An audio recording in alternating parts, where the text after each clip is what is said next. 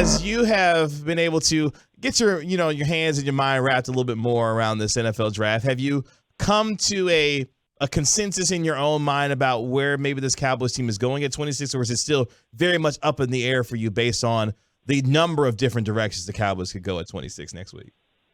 I mean, when you're picking 26, you're obviously at the whims of a lot of other teams, but like it's time to give the Cowboys a lot more credit. Like, look, I've been covering their drafts for a decade, and like I say this a lot, but it really was true. Like for the longest time, you knew what they were going to do. Like you really did. And I mean, some years it was more obvious. I've told this story before. Like I'll never forget 2018 when we knew like by the end of February that it was going to be Leighton Vander Esch. Yes. Tristan Hill. I know Tristan Hill wasn't a first round pick, but like we knew that name so early. It was so obvious. Even in 2016, it was Zeke or Ramsey. Like really nothing else to worry about there. Nobody was shocked by Byron Jones. 2014, I can remember, it was like the names to know were like Anthony Barr, Ryan Shazier, Aaron Donald, and Zach Martin. Mm-hmm. And it was like whichever one of those names, and lo and behold, everybody but Zach got picked from right out in front of them. So it was pretty easy. Like I remember a lot of people were sweating Johnny Manziel. And if you'd followed it, it was like, man, it would take something crazy for me to think that it would be Johnny Manziel over Zach Martin with everything that we know. Anyway, not to ramble, fast forward to since Mike McCarthy got here, like they've done a very good job at keeping people in the dark. Like CD came out of nowhere. I would say I still think in 2021 they would have drafted one of the cornerbacks if they had been available, but they weren't. So really, not a lot of people were expecting Micah Parsons. And then last year, I think maybe a couple days before the draft, Mel Kiper got wind of Tyler Smith being a possibility. But for the most part, they've done a really good job of hiding their hand. So, I've got my suspicions about what would make sense. I think, and it's not rocket science. I think they would draft Bijan Robinson if he was there. I think they would consider a tight end.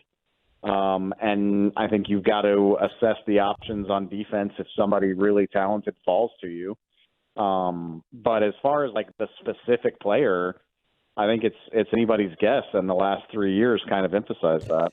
Do you think, I asked this earlier, that with that being considered, the chances are actually better that they may trade back?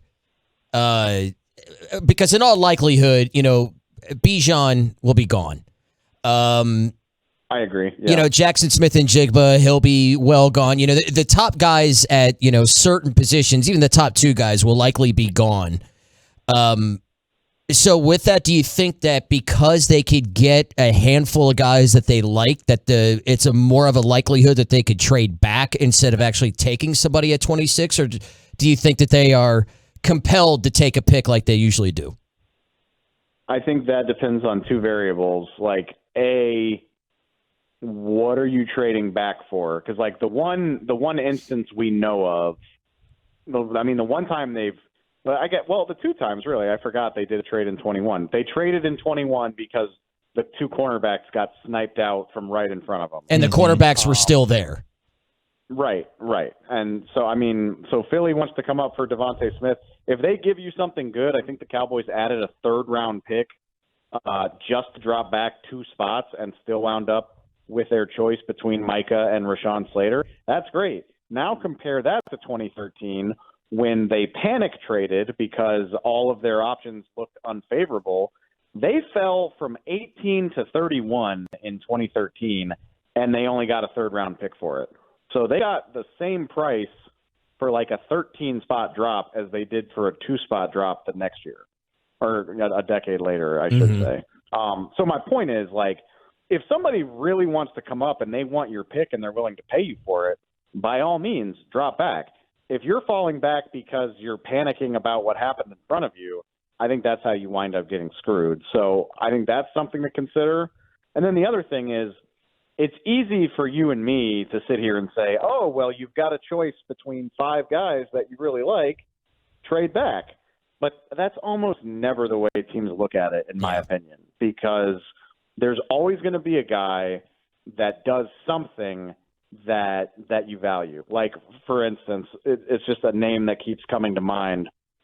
Will McDonald is an edge rusher out of Iowa State. Mm-hmm. I just say that because it makes sense for the range. Like, he should be available, and we know that Dan Quinn worked him out. And so it's easy to say, oh, he's there, and there's a guard, and there's a receiver, and all these guys are good. But in the Cowboys draft room, they might say, oh, this receiver's contested catch rate is spotty at best.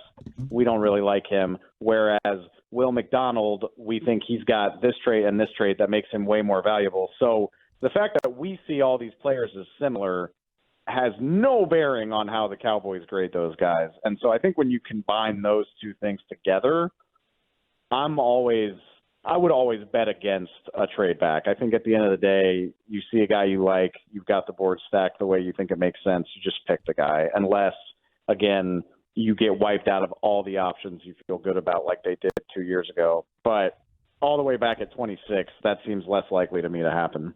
Is there a player and a trait that you in particular like and think would be a good fit for this team that may be there?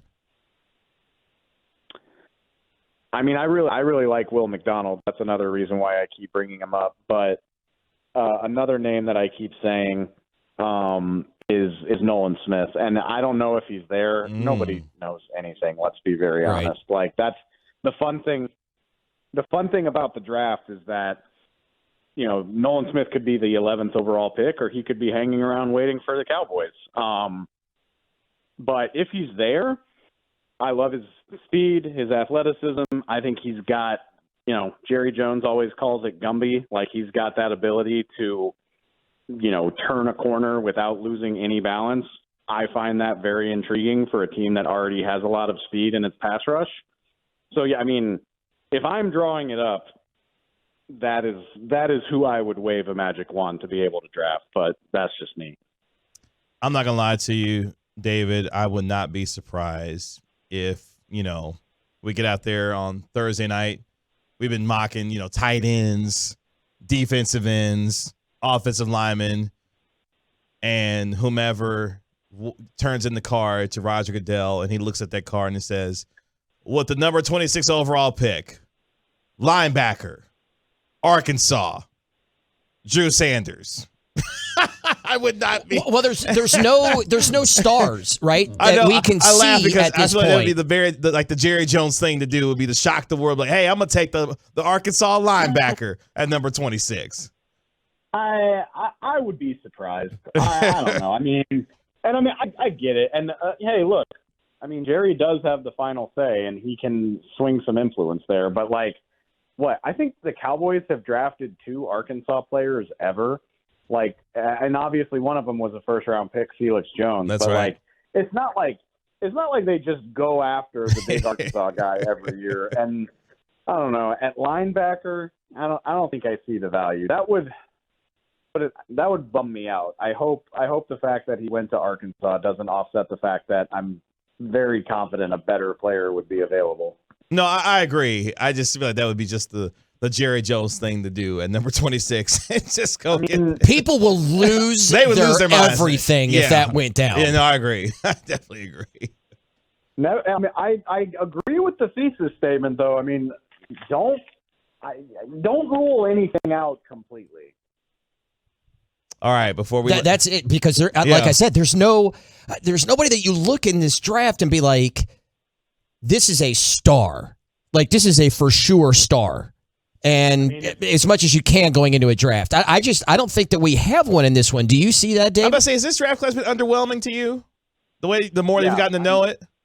I was about to say, like, I don't want to bum, like, you know, you don't want to take away from the excitement of the draft. And obviously, like, there's going to be all pros and pro bowlers that come out of this draft. There always are. But this is other than, I mean, the quarterbacks are intriguing because they're all so talented and they're so unique. Like, I think Bryce Young is amazing, but he's tiny. I think Anthony Richardson is like the most talented guy ever, but there's very little amazing tape of him, on and on and on. Like, I think the quarterbacks are very interesting for a lot of reasons. Other than that, this is a pretty boring draft class, in my opinion. Like, I just think it's a down year. Maybe that has something to do with, like, you know, we talked about in years past, a lot more guys came out because of COVID, because they had extra years or guys stayed in school. Maybe this is a thinner class. Like, maybe all the guys that would have been in this class went last year, or maybe some of them are staying around for another year. I don't know the answer, but yeah, I'm a little bit underwhelmed, at least by the top of this draft. I'm with you.